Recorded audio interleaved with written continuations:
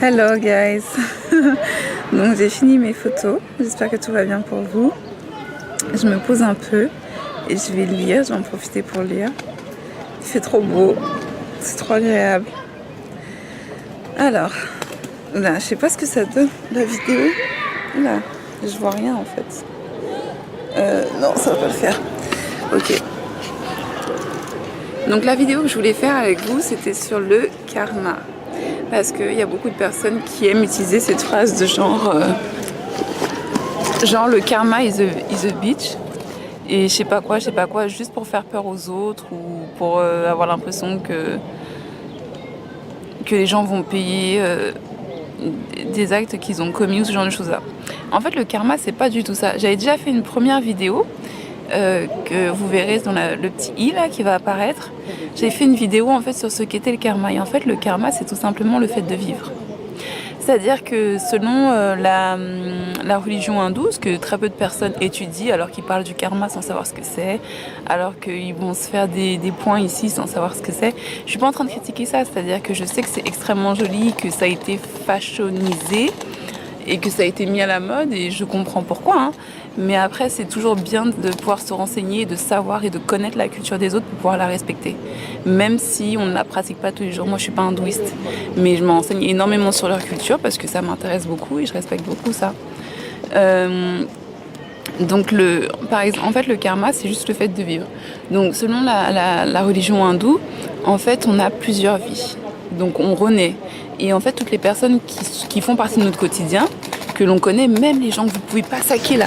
Vous savez, les gens que vous rencontrez pour la première fois, et vous vous dites, je sais pas pourquoi je sens pas cette personne. Ou même les gens où vous dites, ah j'adore cette personne, ou tout ça.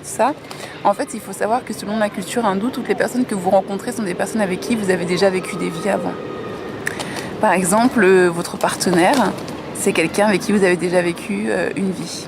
Et je vais dire quelque chose qui va choquer beaucoup de gens, que moi j'ai mis beaucoup de temps à pouvoir processer tranquille, à vraiment pouvoir accepter. En fait, il disait que par exemple, un homme ou une femme qui est battu dans un couple ou maltraité, en général, c'est parce que eux-mêmes ils l'ont fait soit subir à cette personne-là, soit à quelqu'un d'autre. En fait, leur karma, ils sont en train, une partie du mauvais karma qu'ils payent dans cette vie, ils sont en train de le payer maintenant avec leur partenaire. Donc ils ont cette vision-là des choses et je sais que c'est très choquant. Vous vous dites ouais non ça se fait pas, personne ne mérite ça, on est d'accord avec vous. Hein. Personne ne mérite d'être attaqué ou insulté ou manipulé. Personne ne mérite ça. Mais en fait eux ils expliquent que et c'est pour ça qu'en fait si les gens veulent enlever leur karma, ils doivent apprendre à se contrôler.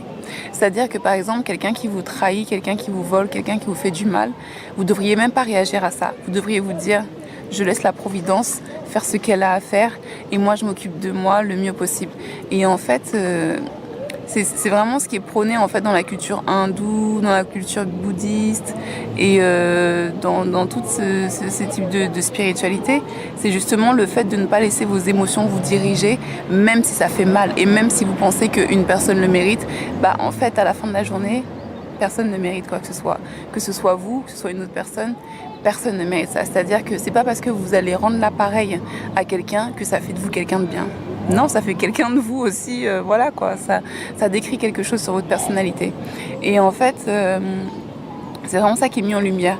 Et le karma, en fait, ça peut être autant des choses négatives que des choses positives. C'est-à-dire qu'aujourd'hui, des gens qui réussissent très bien dans leur vie, c'est-à-dire dans différents aspects, vous n'êtes pas obligé d'être financièrement extrêmement riche pour être considéré comme quelqu'un qui réussit. Vous pouvez aussi avoir une superbe famille saine, équilibrée, où les gens sont bien dans leur corps. Et ça aussi, c'est une réussite.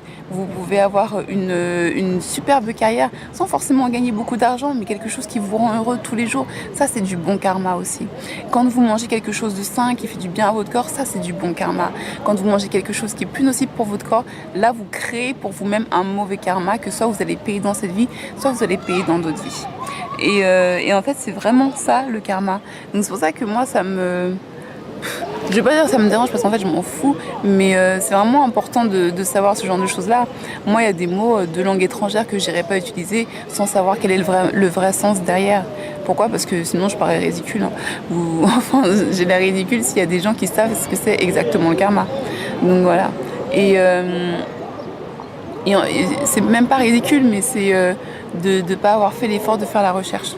C'est plus ce ridicule dans ce sens-là, en fait. Mais après, c'est vraiment ça le karma. Donc, il n'y a rien de mal, il n'y a rien de négatif avec le mot karma. Le karma, c'est la vie. C'est ce que vous faites au quotidien. C'est votre façon de réagir, votre façon de penser, votre façon de gérer les situations, votre façon de traiter les gens et ce genre de choses-là.